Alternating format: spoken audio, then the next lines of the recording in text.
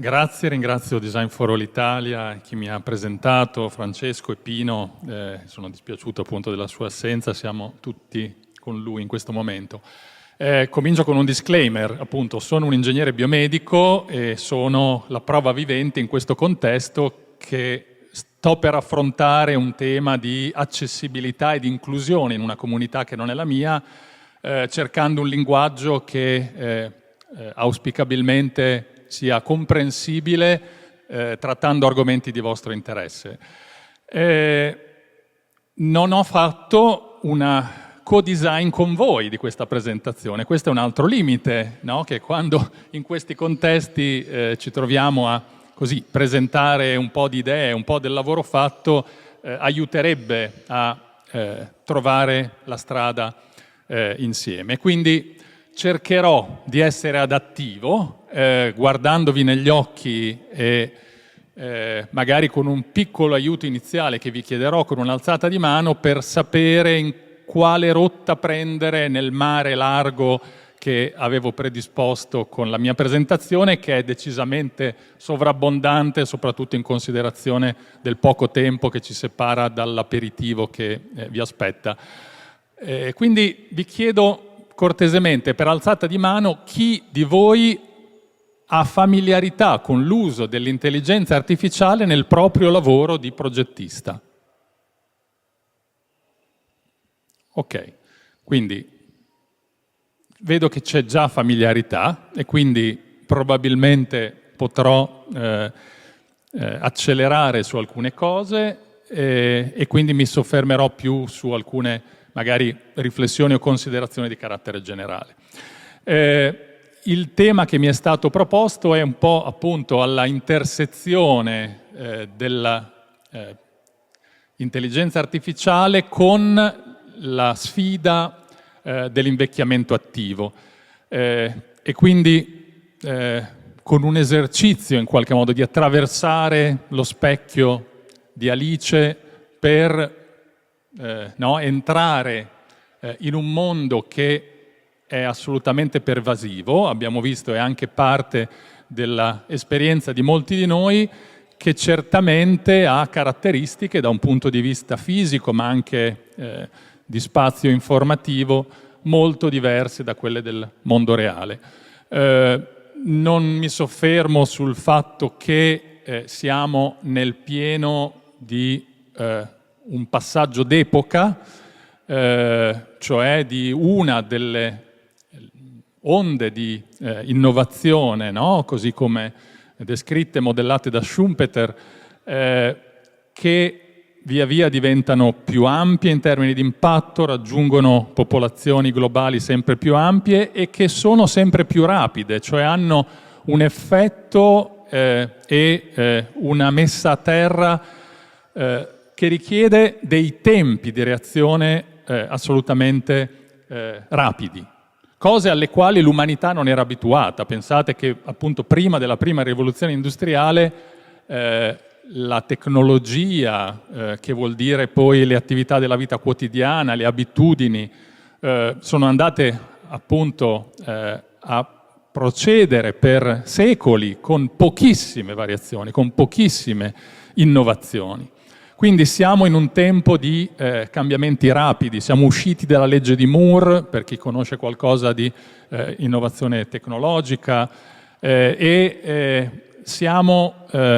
in un tempo nel quale, in questa ultima decade, gli strumenti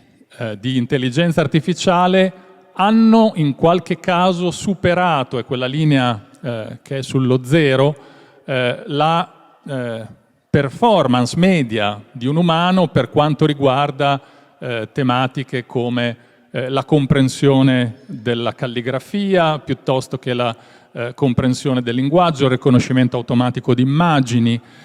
e vedete anche la velocità con cui queste conquiste sono state ottenute sui fronti più recenti, ad esempio quelli del ragionamento predittivo. Certamente parlare di intelligenza artificiale vuol dire non dimenticare che la benzina dell'intelligenza artificiale sono i dati. Abbiamo visto tanti begli esempi, tanti bei progetti, in ciascuno dei quali sostanzialmente in filigrana si potevano elencare quanti e quali dati venivano raccolti, come venivano utilizzati anche per generare un'interazione, un'esperienza, e sono proprio quei dati che tipicamente sono appunto i motori degli algoritmi di intelligenza artificiale, con dei vantaggi però certamente indiscutibili rispetto ad altri tipi di combustibili come il petrolio, perché parliamo di beni che sono durevoli, riutilizzabili, no? Non vanno a consumarsi e anzi spesso più li si condivide più acquistano in valore. I dati, stiamo ormai nell'ordine di generazioni, di quantità di dati del trilione di gigabyte, sono certamente generati dalle macchine, dai sistemi che abbiamo progettato e realizziamo, dalla nostra automobile agli nostri elettrodomestici, dal supermercato, come abbiamo visto, appunto a un sistema domotico, ma in grande misura sono e saranno sempre di più anche legati ai nostri comportamenti, alle nostre variabili biologiche, fisiologiche, e quindi in qualche modo sono descrittivi del nostro stato di salute, ad esempio, del nostro stato mentale, della nostra autonomia, ma anche di una nostra difficoltà. Ancora una volta usando un termine olistico, onnicomprensivo, pensando al concetto più ampio di salute, che è quello appunto cosiddetto biopsicosociale, guardano in realtà alla realtà dell'uomo non solo nella prospettiva della salute fisica, ma anche della salute mentale, ma anche della sua attività relazionale, della sua attività sociale in un contesto che è quello ambientale, determinato poi da alcuni fattori personali. Quindi dati che sono, dicevamo, alla base di una catena del valore che, negli esempi che abbiamo visto, può portare delle soluzioni di maggior o minor successo, può fare la fortuna o meno di un design, ma che non sono l'obiettivo. I dati sono la premessa. Ai dati, a una raccolta fondamentalmente strutturata, organica di dati e quindi di sequenze di bit, devono succedere in maniera ordinata e rigorosa ulteriori passaggi, che sono quelli di immagazzinamento, di pulizia, cioè di raffinazione del petrolio costituito dai dati, per passare a informazioni e da queste a conoscenza vera del fenomeno a cui quei dati si riferiscono, e infine appunto a un valore vero e proprio. Qualche esempio proveniente dal dominio, sono tutte applicazioni sulle quali abbiamo lavorato e stiamo lavorando, di nuovi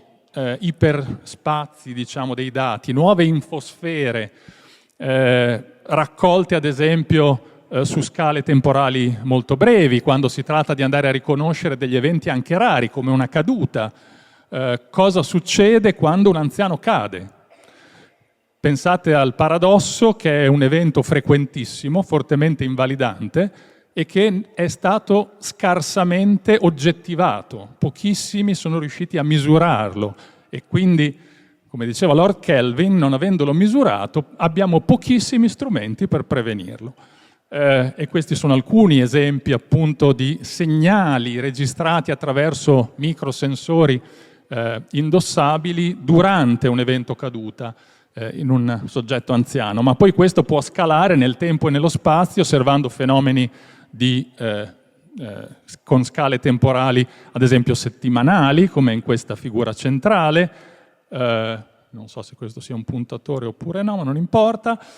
oppure di occupazione degli spazi in relazione anche alle attività e all'intensità delle attività che vengono svolte in quegli spazi, magari anche contestualizzati con una georeferenziazione, per intervalli di tempo che possono arrivare a essere anche quelli di mesi, con, vedete, delle rappresentazioni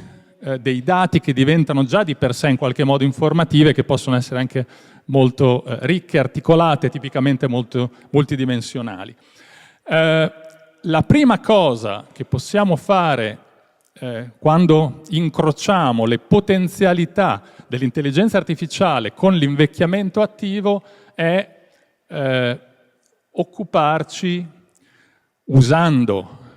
quello che è la più naturale evoluzione di strumenti che la statistica, lo statistical reasoning aveva elaborato nel tempo, e poi il machine learning, il deep learning, cioè usare i dati per fare predizioni. Questo è un primo ambito fondamentale, per cui quel petrolio costituito dai dati può generare valore. Imparare dalla storia passata per cogliere anche segni sottili e deboli dei fenomeni a cui quei dati si riferiscono, per fare un forecasting su quello che sta per succedere nell'arco a volte di minuti, a volte di mesi, a volte anche di anni.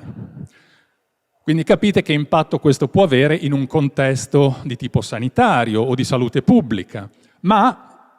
sarebbero tante le possibili declinazioni che questo può avere anche rispetto ai progetti che abbiamo sentito qui oggi pomeriggio. Avendo i dati sul cliente del supermercato, i dati in quel caso costituiti da una ricostruzione con una tecnica markerless, un tracciamento, un motion capture, sapere magari dall'inizio, sulla base di alcune caratteristiche di quei segnali, dove andrà. Oppure avere informazioni anche per il tracciamento in the crowd, perché in realtà gli utenti che accedono possono essere più di uno, e quindi ci sono anche temi di classificazione, riconoscimento e predittività legati al singolo individuo in un contesto numeroso. Quindi certamente l'intelligenza artificiale è diventato uno strumento molto potente per fare molti calcoli in tempi molto veloci, come sapete, e quindi costituisce un burst importante nell'avanzamento delle nostre capacità predittive. E questo vale in modo particolare in una società che invecchia, per aiutare a contrastare alcune delle traiettorie che sono quelle del declino funzionale, dell'avvicinarsi progressivamente e cronicamente a condizioni di disabilità e di fragilità, all'insorgenza di malattie croniche. E quindi i dati e l'intelligenza artificiale diventano un formidabile strumento, almeno in linea potenziale, per fare il cosiddetto left shift, cioè risalire la corrente della storia inevitabile di salute di ogni individuo. Cioè avere elementi informativi per riuscire a riconoscere chi è a rischio di sviluppare una patologia, di andare incontro ad eventi incidentali, di farlo con una velocità magari accelerata in un percorso di invecchiamento accelerato. In questo senso siamo già a primi risultati, cioè alcune di queste filiere, alcune di queste pipeline di estrazione di dati che vengono chiamati nel gergo, diciamo, tecnico, digital biomarker, quindi biomarcatori digitali, ricavabili, dicevo, da sensori indossabili, ma in realtà sono assolutamente ed ecologicamente ricavabili da app installate su uno smartwatch, su uno smartphone o da sensori ambientali. Dicevo, da questi stream importanti di dati è stato dimostrato che si può anche formalizzare, entrare in un percorso certificatorio che è stato riconosciuto, comincia a essere riconosciuto anche dalle agenzie europee e americane del farma, per dare informazioni a supporto, ad esempio, dello sviluppo di nuovi farmaci, piuttosto che della valutazione dell'efficacia di un farmaco o dei suoi effetti collaterali. E in questo contesto, e chiudo questo primo capitolo sulla predittività, e qui viene il progetto DARE e la fondazione DARE, che in questo momento presiedo, è una grossa iniziativa di carattere nazionale con 27 partner dal Veneto alla Sicilia, se volete un po' una rete di eccellenza pubblico-privata che sta appunto cercando di raccogliere e di mettere a terra con sperimentazioni di piccola e media scala il meglio delle conoscenze disponibili e degli strumenti disponibili nell'ampio spettro in realtà delle tecnologie digitali, che comprendono certamente l'intelligenza artificiale, ma appunto anche la sensoristica indossabile, i cosiddetti gemelli digitali, l'imaging, il web, per rispondere a specifici problemi di prevenzione, cioè dove nella nostra società italiana che sta invecchiando, in cui ci sono prevalenze in forte crescita di determinate condizioni, mettere a punto strumenti e soluzioni che aiutino la nostra società a mantenere un grado di sostenibilità, di qualità della vita e di autonomia accettabile. E quindi guardando al tema appunto della fragilità fisica, del declino cognitivo, della prevenzione oncologica, della promozione vaccinale, tutti ambiti nei quali si può pensare di adottare il paradigma: ho dei dati, li valorizzo attraverso un percorso virtuoso, facilitato appunto in molti casi dall'intelligenza artificiale, e progetto una soluzione. Quindi vengo alla parola progetto, che è familiare per ciascuno di voi. Ma lo dico già, noi stiamo facendo delle proof of concept, cioè dei carotaggi, stiamo dimostrando ad esempio quanto meglio si possa fare per promuovere, non so, l'aderenza agli screening del tumore del colon retto piuttosto che del tumore della mammella. Con quali strumenti, che cosa bisogna fare? Poi ci vorrà, in una fase successiva, assolutamente una collaborazione multidisciplinare, e qui guardo a voi e auspico e faccio anche una call aperta in questo momento, uno step successivo di progettazione di soluzioni che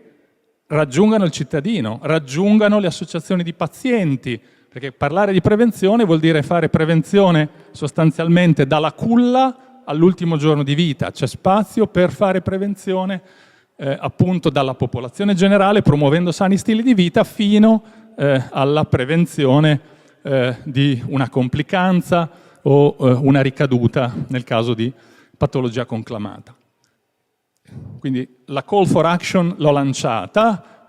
chi fosse interessato poi anche attraverso magari Design for All possiamo sentirci, ma questo è un partenariato che, vi dico, entro l'anno prossimo avrà per le mani alcune decine di soluzioni actionable, dimostrate sul campo, che avranno bisogno di una, io dico ingegnerizzazione da ingegnere, ma dico una progettazione, ok? Per diventare,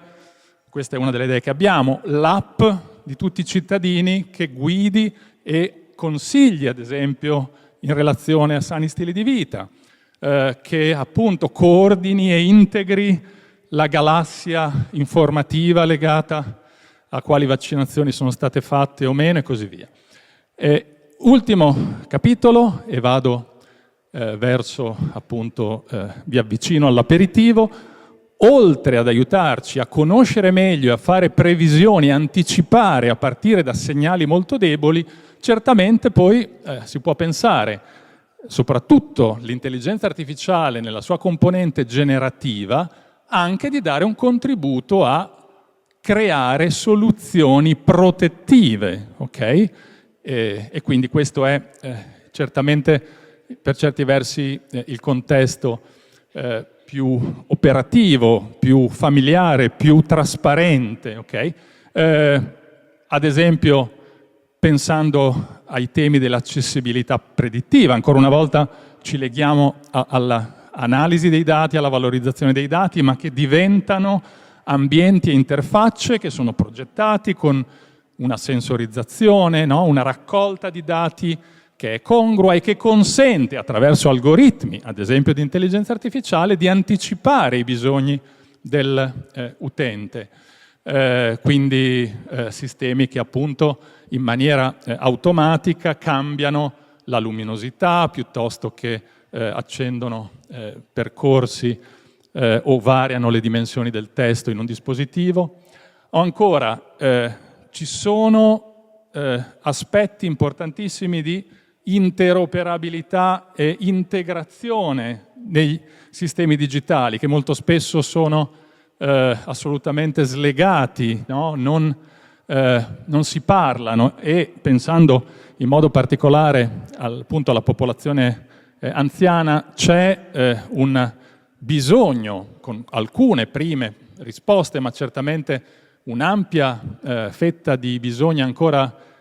non risposti in relazione a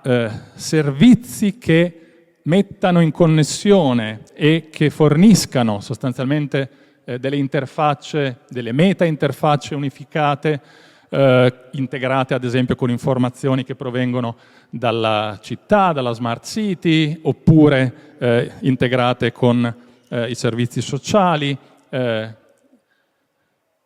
Ancora c'è tutto il tema conversazionale ovviamente, e quindi le potenzialità legate proprio al tema del riconoscimento vocale, che sono ampiamente popolari. Pensiamo ad Alexa, a sistemi che mettono in relazione diretta con un dispositivo dotato di appunto riconoscimento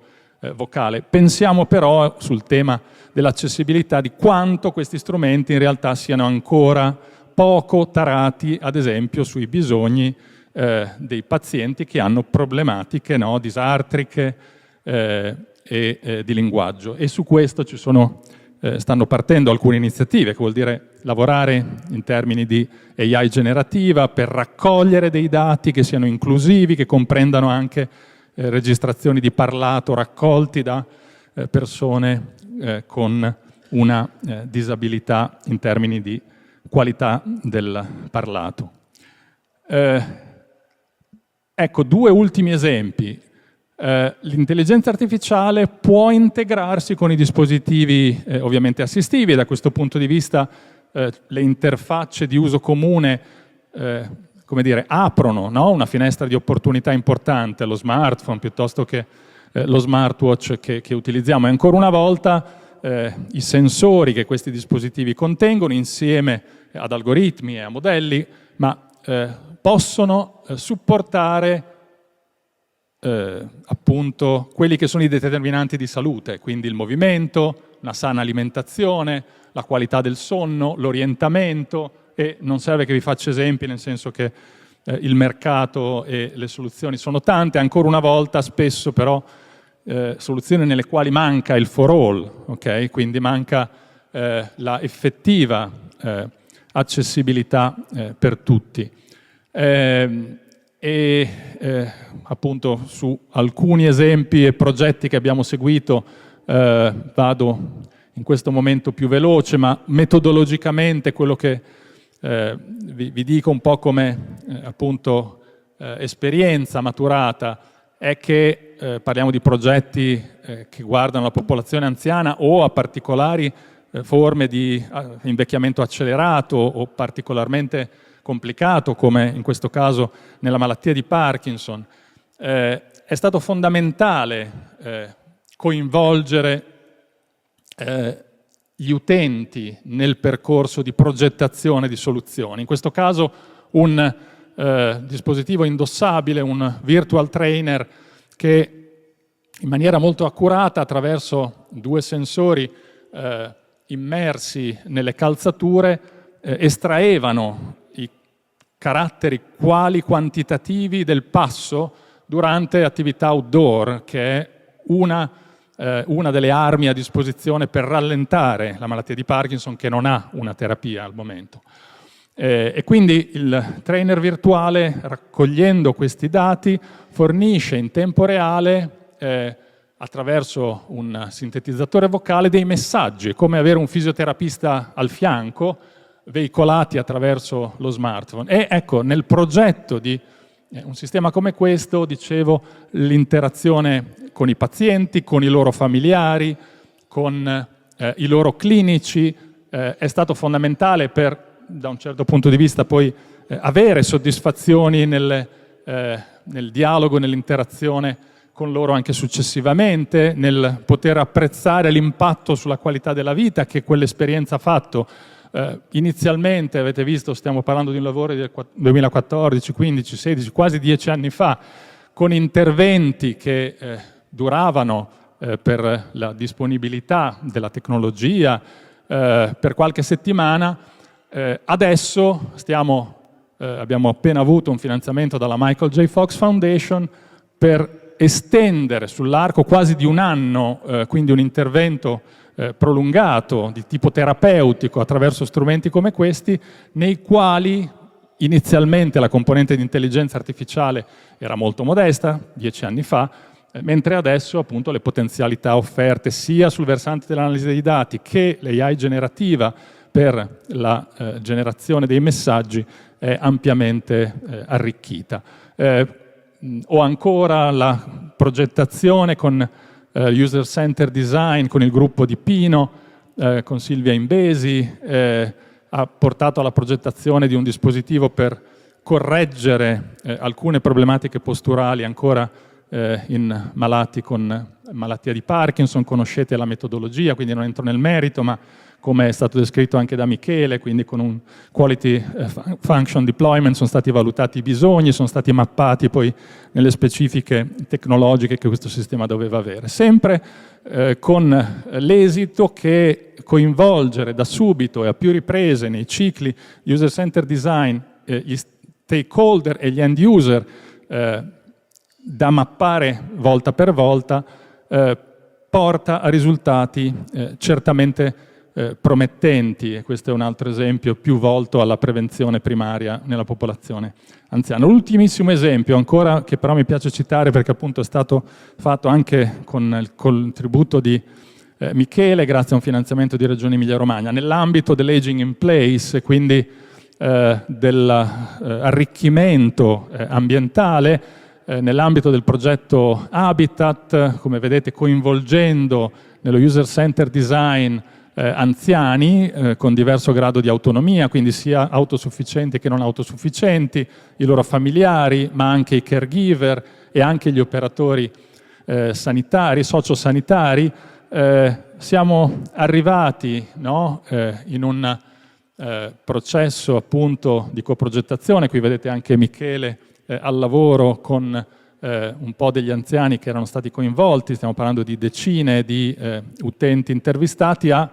progettare una soluzione in cui l'AI forniva sostanzialmente il layer software, il layer di integrazione, ma un'architettura che è stata inserita in un ambiente arricchito, scalabile, in cui con molteplici oggetti di arredamento arricchiti da funzionalità Internet of Things, da una poltrona a una cornice, da una cintura a un localizzatore, appunto con una cabina di regia, riconoscitore di scenari guidato dall'AI e interfacce smartphone, a configurare e a testare in un living lab un ambiente scalabile sia nel caso di utenti autosufficienti che di utenti non autosufficienti, sostanzialmente mettendo a punto una ricetta che con i medesimi ingredienti di carattere architetturale e tecnologico poteva far fronte a bisogni diversi, seguendo appunto poi percorsi di affinamento particolari. E in ultimo, questo poi è stato anche esteso a una progettazione di un ambiente outdoor, un parco multigenerazionale, appunto con una ampia sensorizzazione negli attrezzi del parco, con l'idea di creare una comunità intorno al parco che non avesse barriere di carattere generazionale e promuovesse l'attività fisica, ma anche la stimolazione cognitiva, ancora con un backbone di carattere appunto software, in cui i dati raccolti dagli attrezzi venivano appunto salvati e utilizzati per proporre soluzioni e mantenere attivi i partecipanti. E concludo. Bene, le cose che possiamo fare sono tante, abbiamo anche tante sfide. La prima, ne cito veramente solamente due, è questa, che non so se sia appunto la modalità nella quale molti di voi utilizzano l'intelligenza artificiale, cioè non dico se sostituire Pino Mincolelli nel processo di co-design con un agente di intelligenza artificiale, ma quantomeno avere anche un agente di intelligenza artificiale. se volete, come cane sapiente, come lo chiamava il mio professore di università, cioè per avere una finestra di opportunità ulteriore, questo certamente senza dimenticare quelli che sono i veri end user da coinvolgere nella coprogettazione, ma diciamo le esperienze che un po' la letteratura anche suggerisce sono che ci sono dei margini certamente da esplorare e rispetto ai quali certamente familiarizzare come comunità multidisciplinare, direi anche all'interno di progetti come questi, verso forme di intelligenza ibrida e anche per appunto avere una capacità progettuale più ampia, però certamente tenendo conto che ad esempio, questa è un'analisi recente, gli strumenti utilizzati a questo fine sono ampiamente inaccessibili, che è un po' un paradosso, che appunto servono un po' di regole, serve certamente un approccio serio e responsabile, perché appunto sappiamo che, come dicevamo, i dati sono l'elemento fondante poi della qualità anche dei risultati che otterremo dall'intelligenza artificiale, e quindi il rischio di bias, la scarsa trasparenza sono assolutamente dietro l'angolo, motivo per il quale credo che ci sia bisogno di tenere insieme in questa prospettiva olistica, multidimensionale, umanistica, senza arrivare al transumanesimo che qualcuno prefigura, ma di una dimensione sociale anche nella economia dell'intelligenza artificiale, cioè riconoscendo alla base, se volete, come ABC il fatto che i dati sono generati da noi utenti, e quindi c'è un tema anche certamente relativo alla sensibilità, alla privacy, ma c'è anche un tema di riconoscere il fatto che ciascuno di noi ha questo valore e in qualche modo è giusto che si esprima in relazione alla creazione di valore, mentre come sappiamo, no, le grandi aziende di informatica usano i nostri dati per il loro valore, per creare valore al loro interno ed esclusivamente al loro interno. E quindi questo porta poi ad avere anche dei nuovi modelli. Si tratterà di progettare anche nuovi servizi per quanto riguarda le persone anziane e la salute, e ancora una volta ci sarà bisogno di progettisti, di designer, di UX expert, perché appunto l'interazione medico-paziente non sarà più spot e in un posto preciso, ma, e lo stiamo già vedendo dopo il decreto ministeriale 77, sempre più decentralizzata, frammentata, e ha bisogno di strumenti nuovi, di interfacce nuove, di canali nuovi. Dicevo appunto, non arriviamo a queste teorie estreme, ma mi piace concludere con questa frase perché mi ha fatto proprio pensare alla giornata di oggi e in generale al Design for All. Nella Laudato Si si dice che in relazione alle tecnologie un buon metodo per, come dire, evitare derive tecnicistiche è quello di rimanere ancorati a dei problemi concreti, avendo una visione, no, che tiene insieme la complessità ed evita la frammentazione del sapere, in particolare guardando le persone che sono dietro questi problemi concreti, aiutandoli a vivere con più dignità e meno sofferenza. Questo credo che sia pane per chi fa Design for All. E vi ringrazio per l'attenzione.